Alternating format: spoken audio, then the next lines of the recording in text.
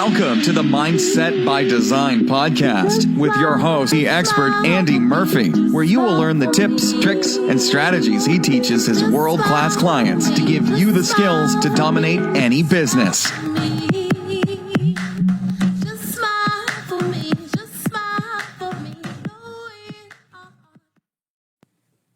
What's going on, Mindset by Design crew, and welcome to episode 278.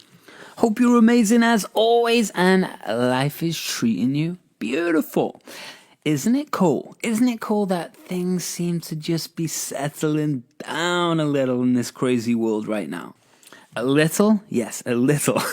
I don't know if you've done any international traveling, but it's a wild one out there. It's like there's still a lot of borders shut. Obviously, my life is about navigating the world and constantly traveling.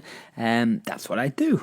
And it's interesting. You've got to learn to have something called behavioral flexibility.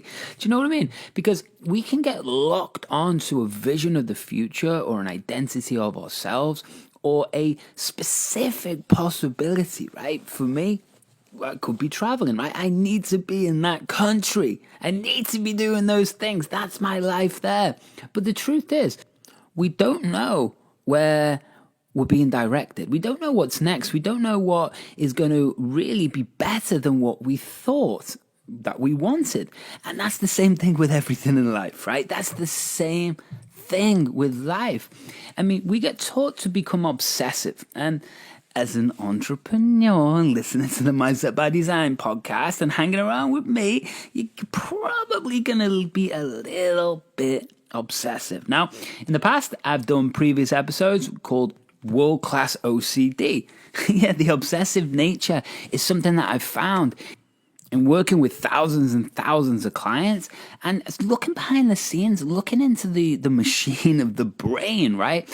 From royalty to billionaires, to startups, to world champions, to special force commandos, to nine-figure CEOs, to everyone else you can imagine in between.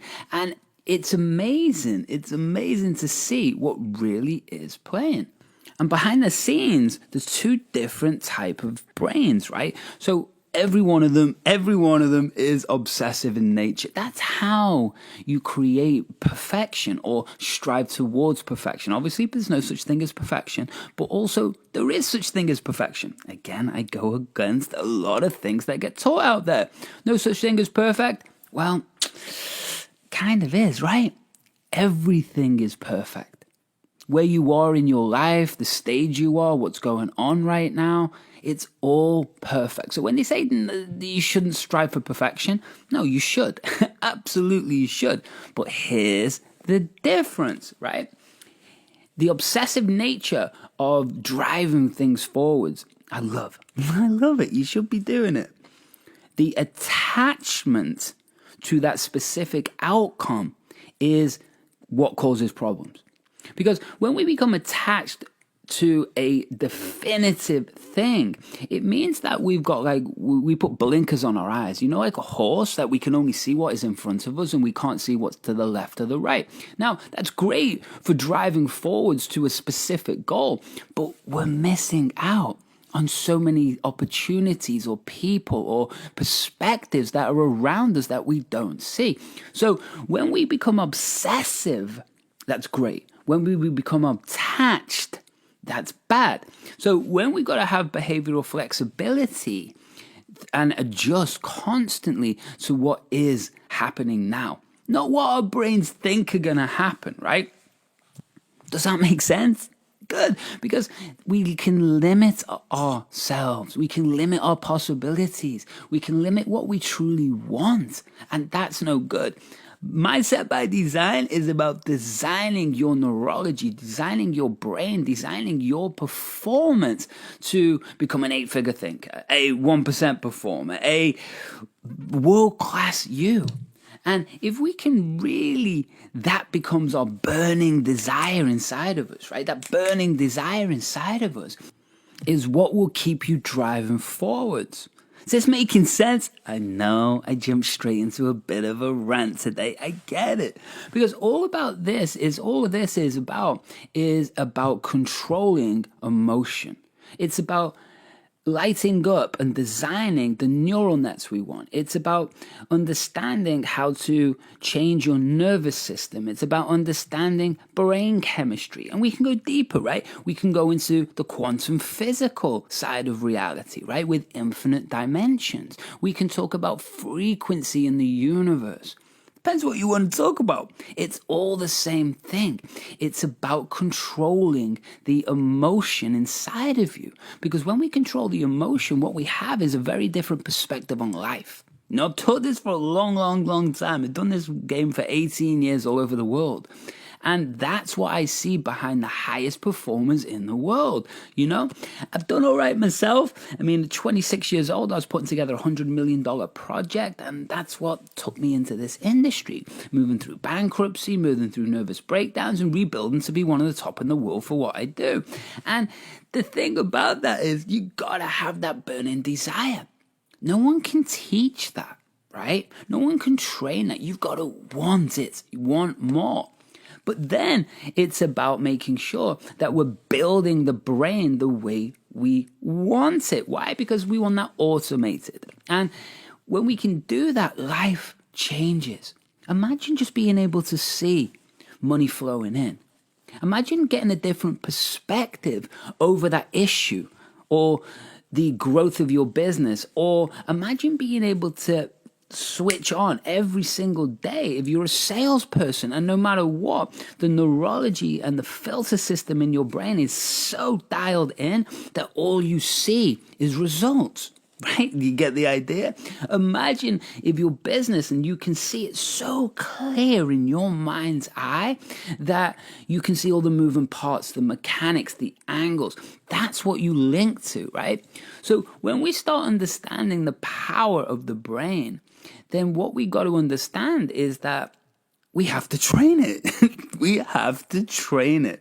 We have to use it like a muscle. We have to pump the thing. And there becomes no other choice. That is a 24-hour, 7 days a week thing. It is. The higher up you go, it's so funny. Because mental performance is what I do. It's not self-help. It's not personal development. It's mental performance. So that becomes everything. Because when you understand that the brain and the nervous system is affecting our cells, it's affecting our energy levels, it's affecting our results, affecting our happiness, then all you want to do is train this thing. Does that make sense? Good. Yes. I went on another little rant then, didn't I? But hopefully that makes sense, and hopefully it helps you today. Because today's episode is a goodie. I've pulled up a beautiful concept, from an older podcast I really like. And the reason I'm playing a lot of older content is that we have new listeners. Right, and if you are a new listener, then welcome. Always awesome to have a new listener to Mindset by Design. Make sure that you are clicking review, clicking subscribe so you can become an official member. And guess what then? Yes, what we're here about at Mindset by Design is about building new behaviors.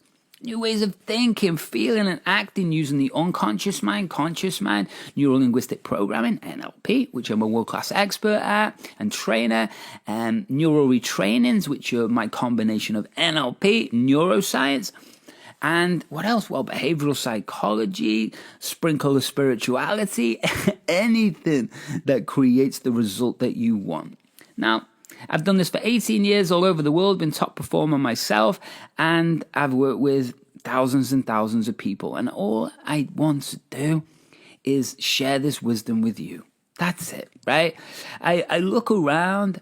It's so funny. I look around at all what gets put out into the world around personal development and this type of subject, and people really don't know what they're talking about. They don't. They're regurgitating the same crap. So if you want different, then guess what? You have found your home. And speaking of home, today's episode is really cool because it's all about controlling that emotion. But the actual science behind how music affects you, affects your physiology, affects your neurology, affects you in every single way. And we can use it as a performance enhancing tool. Pretty cool? Pretty cool. You're going to want to listen to this again, and you're probably going to want to share it again, because this is a badass episode. So I'm going to shut up. I'm going to play the episode for you, and I know you're going to love it. But just before you do, make sure that you are stepping up. Stepping up. What does that mean? Hit the show notes, find out what you want, whether it's being able to connect to me or one of my coaches, and hey, let's find out what you what you need support with. This is not about pumping you up. This is about true mental performance. A billionaire does not need business advice off me. They need to perform like they didn't know was possible.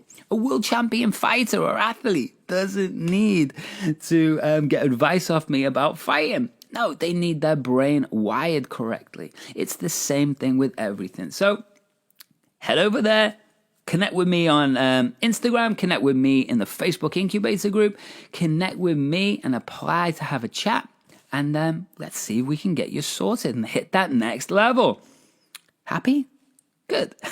So I will see you at the end of the show. Enjoy today.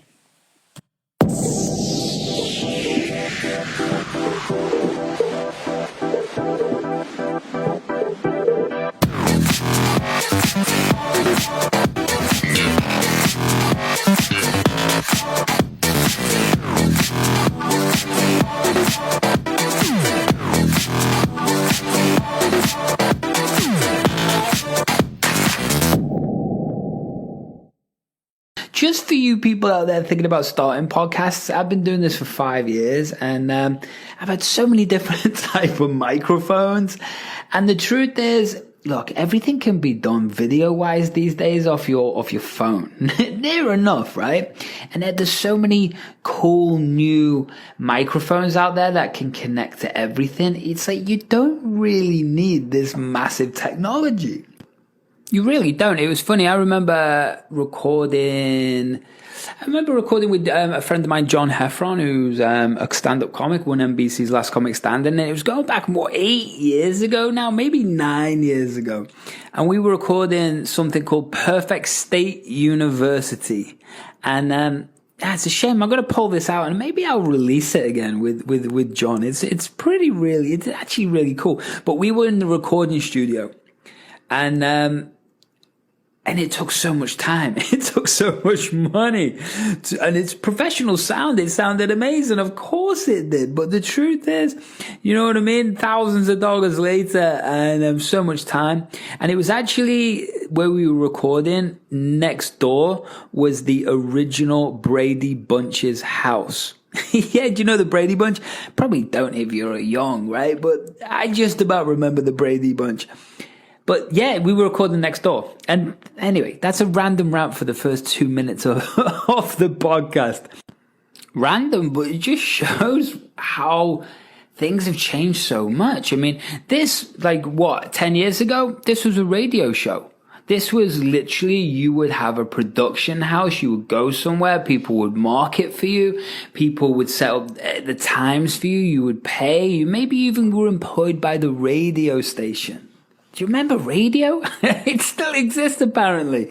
And you know what? It's crazy that it was such a controlled platform. You know, radio and TV is such a controlled thing that they would make certain people stars and other people won't, right? And isn't it nice that we can now build our own brand, our own media empire? Is it easy? Of course it's not easy. Is anything in life worth having easy? Well, it's even with partners, right? If someone wants it's too easy to get, we don't want it. It's the same with everything. It's about building muscle. We're building muscle in the brain, and even building muscle on your body. Guess what? It requires so much time, effort, and energy, so much dedication, so much work. But it's the result we want, you know? And it's the same with business and life. We get so caught up in thinking things are going to be fast, smooth, and easy, but it doesn't work like that. Life doesn't work like that. Relationships doesn't work like that. Earning money doesn't work like that. I said earn twice, but money doesn't work like that. And growing a business doesn't work like that. People make things seem very, very simple, so they can sell you a product, right? But the truth is, behind the scenes, the surface level, it is simple, but behind the scenes, it's the tiny little details that make the difference. It's like, I've done martial arts since I was 9 years old, and I got my black belt. I was black belt second dan on the England under 21s England squad with karate. I've fought an amateur MMA fight. I was one of the top people in Britain in karate. And the truth is, behind it all, you can know all your basics, but the basics have details. And then they get more technical and advanced and foot position, hand position, eye position, head position, right? But from the outside, that person's just doing that move. But like anything, it's the details that make the difference. And to learn any detail in detail, it takes a lot of work. It takes a lot of practice. So for you out there listening to this right now, I don't know where you are in your business. I don't know whether you're in millions plus a year. I don't know whether you're on low 5 figures and you just want to get something. I don't know where you're at, right? And the truth is, to hit that next level, to hit that next stage, it requires much more detail than you're used to where you're at right now. Think about this, right? So say you got your $1 million coming in a year right now. Okay, it looks easy from the outside, doesn't it? Yeah, let's build a funnel, put Facebook ads, right? We'll click right through and then we'll get them to a webinar, and the webinar will sell them 1 million copies, right? It sounds easy, doesn't it? And it is on a macro level, right? But on a micro level, then there's so many nuances. And so why am I saying this? I'm saying it to you is that just keep going.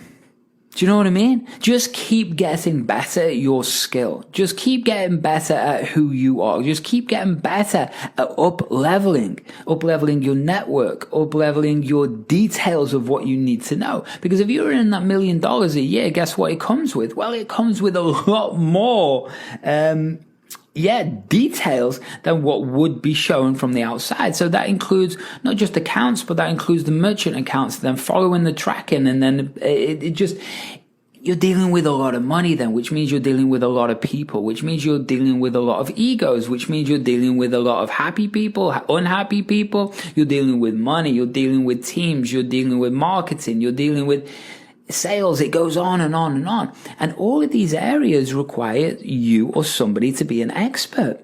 So if you're trying to do everything right now and you're struggling, then give yourself a break. It's okay. Just do your best, right? Put yourself around the right people. Aspire to be somebody who is way more than where you are now, that ultimate version of you, and just keep driving forwards. Because the absolute truth is, there's never been a better time ever in the history of mankind that you can build your own business, right? But it doesn't matter what skill you've got, right? Up-level that skill, but you have all of the internet around you, right? You have all of the knowledge that wasn't available. I spoke about 8 years ago needing a sound recording studio, and now I'm sitting here with a little microphone recording off my iPhone. That's amazing.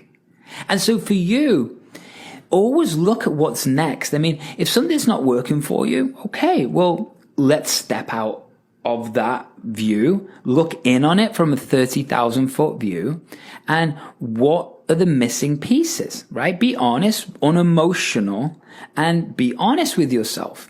And when you can start to do that, that's how you build a business. When you start to see other people building it, that's how you learn from them about the details.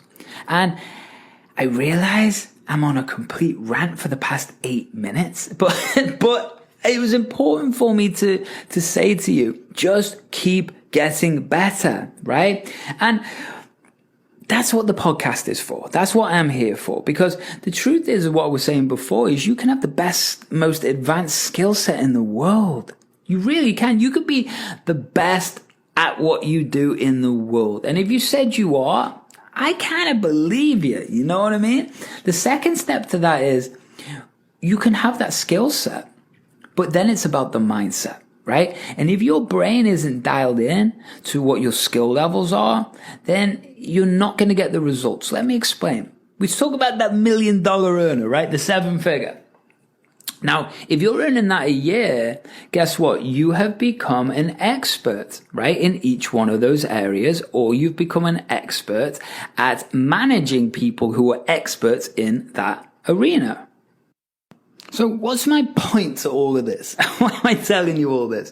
Because I want you to understand, if you're struggling right now, or you've performed as a world-class performer before, you've been a high performer and you've just dropped off and you need to bounce back, you've got to understand this. You can have the best skill set in the world, but it doesn't mean you're going to get results unless you have built your mindset at the same high performance level. You can have the best mindset in the world. Everything's beautiful. You're on fire all the time. But if you've got no skill set, then guess what? You're not going to get results.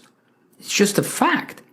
And so what I want to show you in my life and business and podcast and Instagram and Facebook incubator group, wherever you want to hang out with me, is that there's levels. There's levels of the game. There's level of the game you're on. There's levels, right? So that $1 million goal, the person hits that $1 million. Why? Because they got the skill sets to get there. They've also built that mindset. Because if you're worrying about money, then you're not going to get 7 figures. It's just not going to happen. You have to get over your money issues to become a multimillionaire. Does that make sense?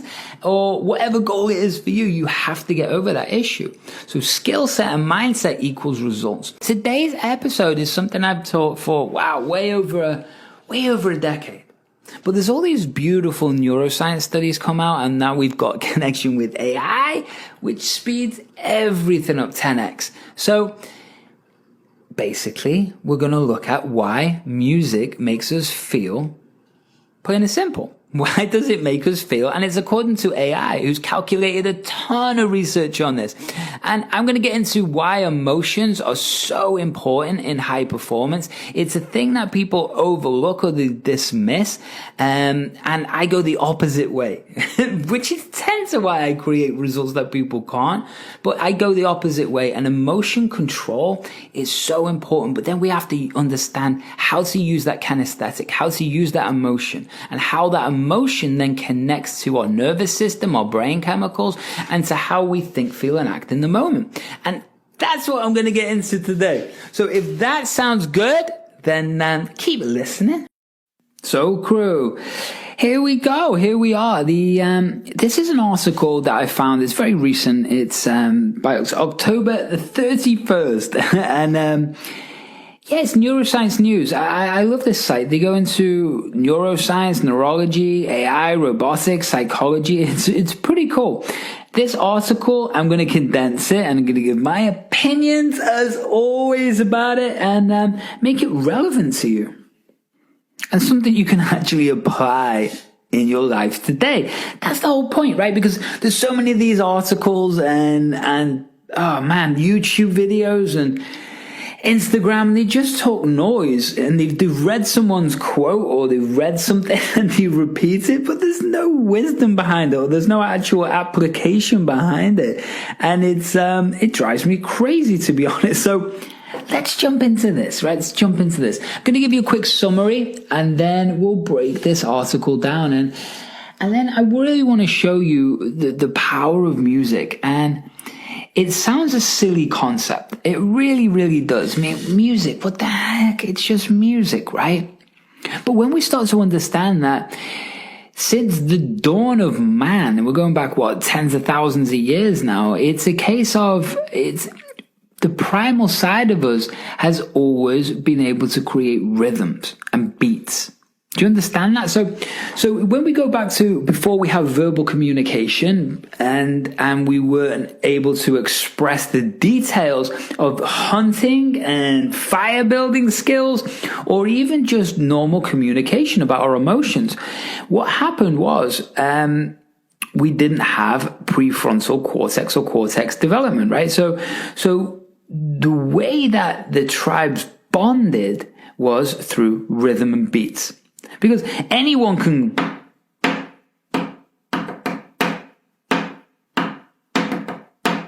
and what do you want to do? right? Probably tell me to shut up a bit. But that, if I played that, I bet there's a beat starts going in your head, right? And you start to join in. So it's like a genetic thing that's really been epigenetically, if we want to talk about that, gene expression, but it's really come through generations and generations of human beings all over the world. And if we didn't know a language, we could literally still go and play music and everybody would be on the same page. And if no one was allowed to speak, but everyone was allowed to dance, you know what I mean? It's like everybody would be on the same page. Maybe that's the cure and the fix to the world, man. We just need an awesome beat and get everyone to dance to it. And do you know what? There's something to be said for that. There really is. But music, I use it in performance enhancing. I use it connected to certain systems that I teach for real high performance, about stepping into state, about pattern interrupts, about activating certain mirror neurons and certain things like that. So music is a massive part of my coaching and my mentoring, and it's also a massive part of my own life to again, something I explained before, later, but it's about being able to control emotion. Remember I said about this performance at the start of the podcast? Remember that? You got it. So let me give you this summary. Artificial intelligence helps shed light on how people's brains, bodies, and emotions react to listening to music. Music influences parts of the auditory cortex, including the Heschel's gyrus and superior temporal gyrus, specifically responding to pulse clarity. Changes in dynamics, rhythm, timbre, and the introduction of new instruments cause an uptick in the response. The study also identifies the best songs types for the perfect workout, sleep, and study. How cool is that? And that's why I wanted to show this, because the brain isn't just about, the music isn't just about relaxing or getting amped up. No, it has many different effects on how the nervous system responds. So we're going to get into all that. So your heart beats faster. So the source of this article is actually from the University of California. So this is what they say. I'm going to read through the article. I'm going to do my thing. So your heart beats faster. Palms sweat and the part of your brain called the Heschel's gyrus lights up like a Christmas tree. Chances are you've never thought about what happens to your brain and body when listening to music in such a detailed way. But it's a question that's puzzled scientists for decades. So why does something so abstract as music provokes such a consistent response? In a new study, a team at USC, researchers with the help of artificial intelligence investigated how music affects listeners' brains, bodies, and emotions. Now, the research team looked at the heart rate, the galvanic skin response or sweat gland activity, brain activity, and subjective feelings of happiness and sadness in a group of volunteers as they listened to 3 pieces of unfamiliar music. Now that's the key word, right? The unfamiliar music, because again, the unfamiliar, lights up different parts of our brain and also different chemicals, right? So that bit is very important. Novelty creates dopamine spikes, basically. So of the 74 musical features examined, the researchers found dynamics, register, rhythm, and harmony were particularly helpful in predicting listeners' response. So dynamics, register, rhythm, and harmony. So taking a holistic view of music perception. Taking a holistic view at music perception, using all different kinds of musical predicators, gives us an unprecedented insight in how our bodies and brains respond to music, said the studies of leading author Tom Greer, a computer science PhD student and a member of the USC Signal Analysis and Interpretation Laboratory called SAIL, S-A-I-L. So here's the big thing, right? The contrast is crucial. And like we said before, that music powerfully influences parts of the brain, right? The auditory complex in the gyrus. Well, specifically, the brain responded to pulse clarity or what the hell does that mean? Or the strength of the beat, right? Pulse clarity. We're using some technical music terms here. So pulse clarity. Put simply, the gyre will be looking lively when listening to Lady Gaga's Bad Romance. They also found that, I don't know why they chose that song, but anyway, they also found that changing dynamics, rhythm, and timbre, or the introduction of new instruments, bring the uptick in the response. In other words, the contrast is crucial, for instance, to activate when there is a change in dynamics or loudness. If a song is loud throughout, there is not a lot of dynamic variability, and the experience will not be as powerful as if the composer uses to change the loudness, said Greer. Himself a composer, also plays the sax and the keyboard. So it's a songwriter's job to take you on a roller coaster of emotions in under 3 minutes. The dynamic variability is one of the ways to achieve this.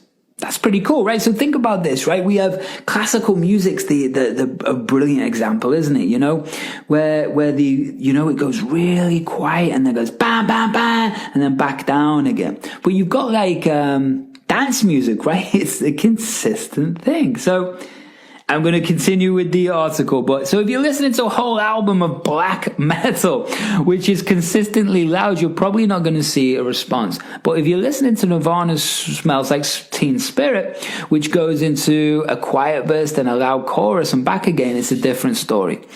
The team also discovered the galvanic skin response, basically a measure of sweat, increased in the entrance of a new instrument or the start of a new musical rendition.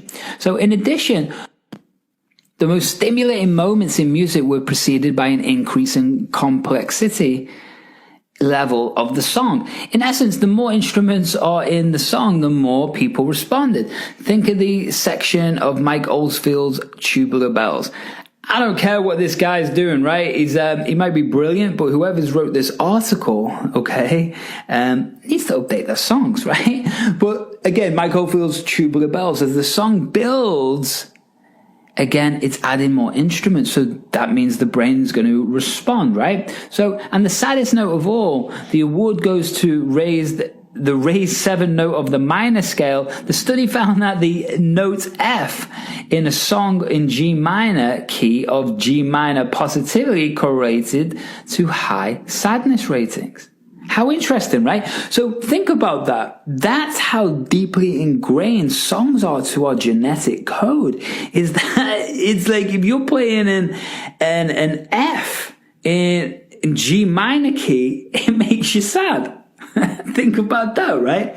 Interesting. I wonder if that connects to, I'm sure the article doesn't go into it, but I wonder if that connects to a safety mechanism, or it sounds like a wild animal's noise, a screeching noise, or a defense mechanism or something, right? Interesting. Now, at this stage, you might be thinking, Andy, what are you even talking about? Telling me about G minor scales? What are you talking about? How's this making me money? I get it, right? But everything's about high performance.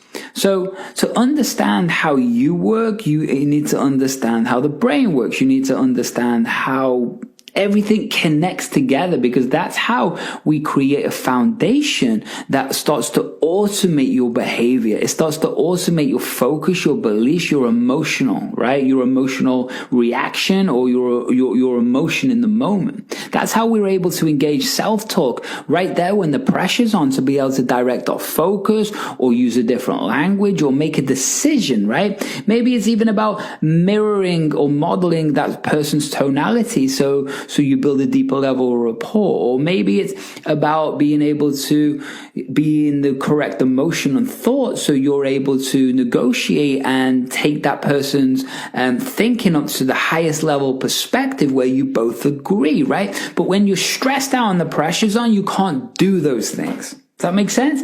So what the music is about to me, and we're going to go into some more studies, but it's a case of, it's about showing you how deeply emotion and noise direct affects you, and how we can start to begin to take control over that to make it ourselves, perform a certain way, right? So what we don't want to do is be going around playing songs, what was it? The 7th note of the minor scale, F sharp in a song in G minor key of G minor. Yeah, unless you're a musician, I don't understand that. But hey, I'm learning the conga drums, the salsa. I'm learning salsa drums in Panama. Why? Well, neuroplasticity. 2, again, it makes me feel good, right? And it's also a type of meditation. So again, it makes me feel good. Understand that? Emotional control. So let me get back to this article. So the article actually contradicted itself with the numbers, but that's okay. So instead of taking 60 volunteers, it said, instead of taking 40 volunteers listen to happy or sad music, what they actually did was take 60 people. That's what the second paragraph says.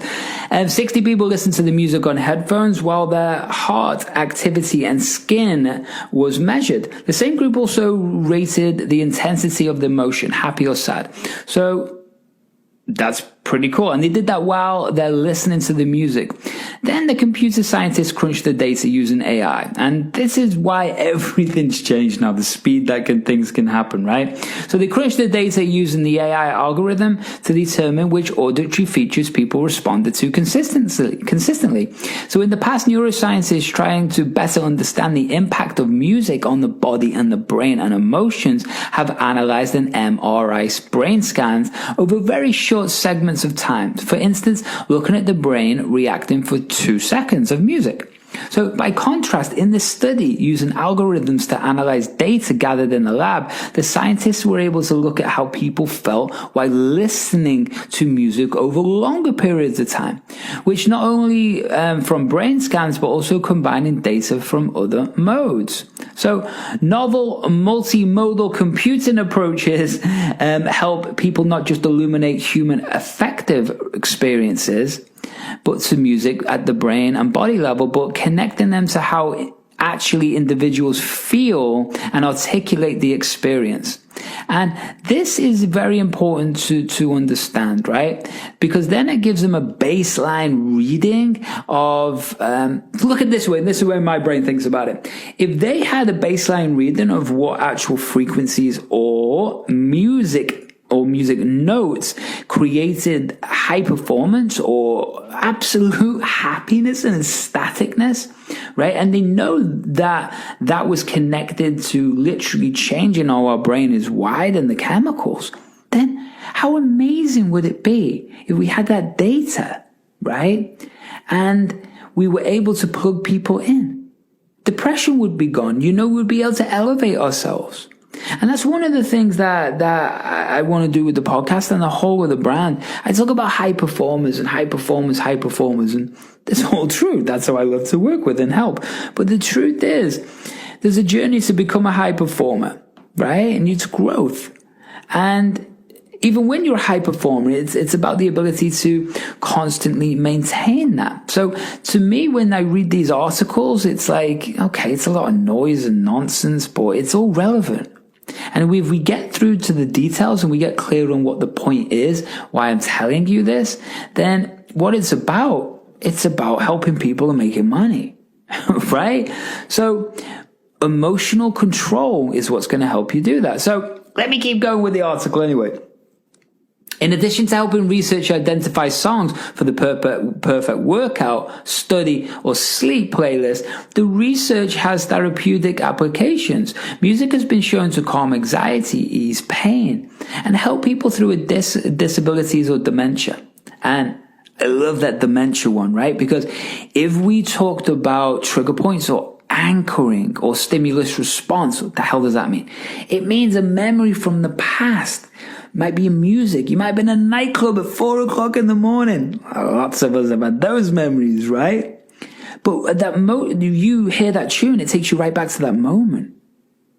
So dementia means that we're having neurodegeneration of the brain, which means what? Man, the brain's not working properly, man.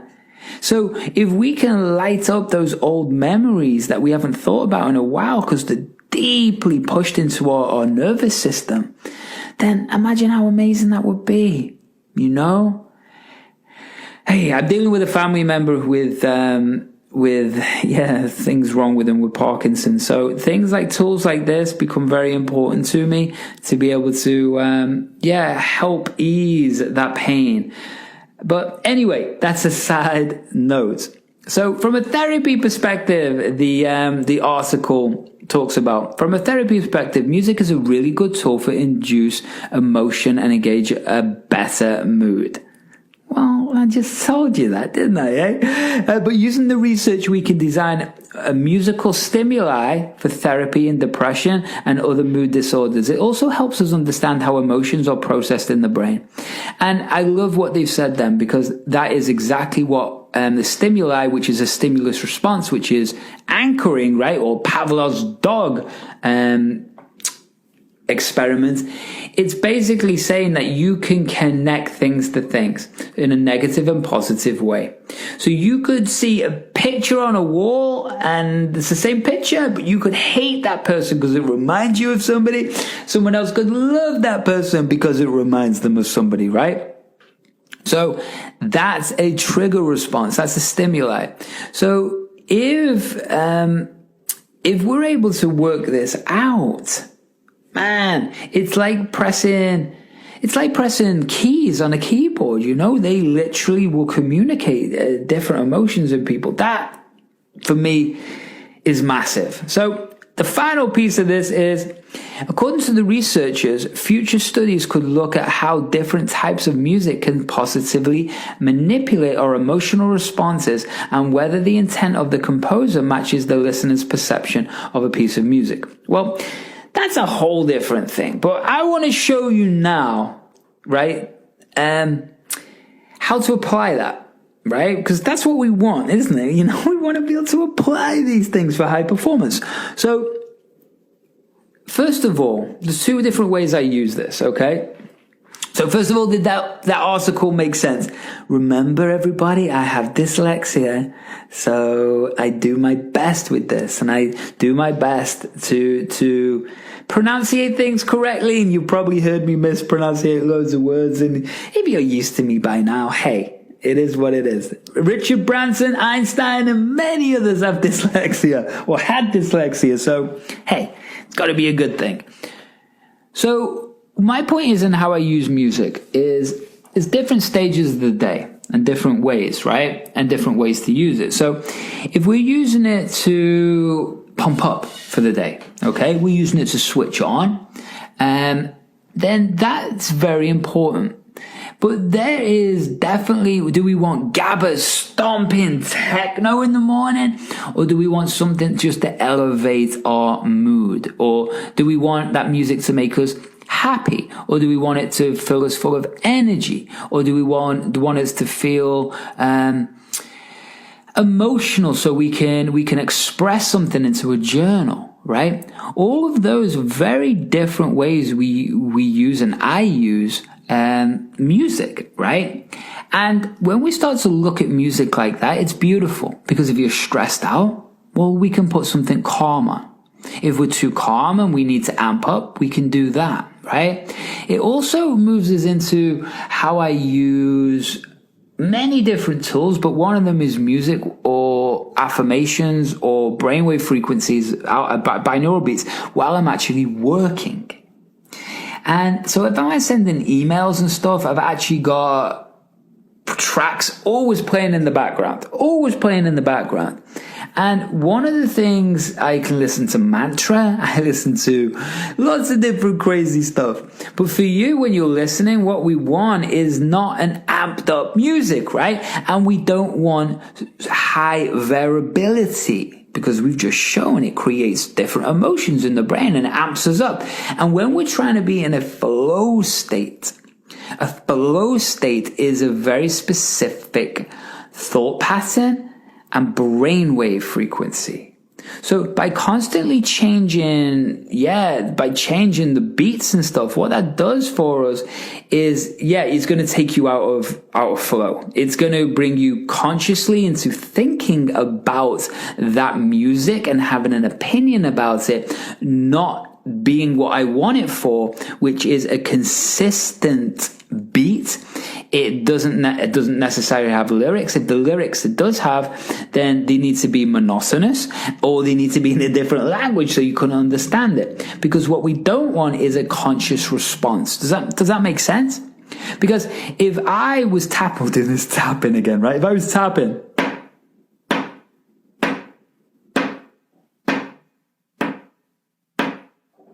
that might sound annoying right now, but if I did that for 5 minutes, you probably wouldn't hear it.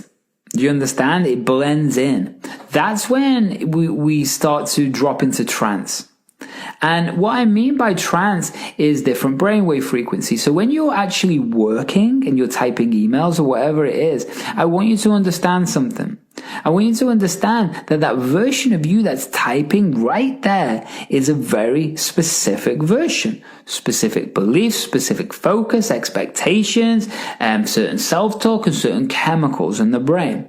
So what we want to do is start to create an environment around us that triggers this positive response, doesn't trigger a negative response, right? So what they spoke about is stimuli, but let's talk about just like the music for trance, because that's what it is. So understand how states work, and peak states, and alter egos, and all of these things. So look at it like this. How can a baseball player hit a 100-mile-an-hour ball? Well, they can't consciously. They are in a type of hypnosis, a type of brainwave frequency in flow, right? That's where the time can slow down, you know? And if you've ever done martial arts and ever fought, man, it's like when you're in flow, it's crazy. It's like literally you can see people in slow motion. Well, it's the same with business. It's exactly the same. For you to sit down at your computer and you open your laptop and expect us to write the best piece of music or marketing or article or whatever it is, and you just instantly do it. It doesn't work like that, man. I have different step processes to be able to go into flow, but using music as just an underlying beat in the background, what it does is it creates a rhythm that literally takes you into hypnosis. It literally takes you into trance, drops your brainwave frequency. So you'll start to go into flow. And if we already know what we're trying to accomplish by the end of it, and you just sit there for a minute and just visualize the completion of that task. What you're doing with your brain is you're dropping it into trance, you're programming that image, and you're adjusting our filter system to focus on what that end result is. So what that means is you'll flow to the end result instead of just flowing or coming in and out of flow or coming in and out of being conscious about what's going on. So does that make sense? I hope so. I could go on and on about this for a long, long time. But I just wanted to share that article with you today because I feel there's a lot of good details in there if you understand it, right? And I just wanted to give those little tips at the end because it's something I use every day for myself. So I want you now to think about what is being triggered in your world. You know, I've done articles about noise before. Is noise triggering you? Is there a certain type of music that reminds you of somebody that you don't want it to? Is there a certain piece of music like the Rocky, like Eye of the Tiger? Instantly, I only did that. I'm a bad singer, but I only did those. That little beat, and guess what? Your mind went where? Yes, instantly to Rocky. And that doesn't just remind you of Rocky running up those steps now. What else does it remind you of? Yeah, the grit, the hustle, the determination, the unbreakable version. And if you could be that way now and think about your business this way, the next task this way, right? How can you use music for high performance? There we go, crew. The end of episode 278. Hopefully you loved it. Hopefully you got some nuggets of wisdom. Yes, there was lots of ranting, but I just want to help. Speaking of helping, head over to those show notes. Time to step up. Time to make this a reality. Everything that you want. Time to get that brain tuned like a world champion. And I'm here for you. So hit the show notes up. Many ways to contact me.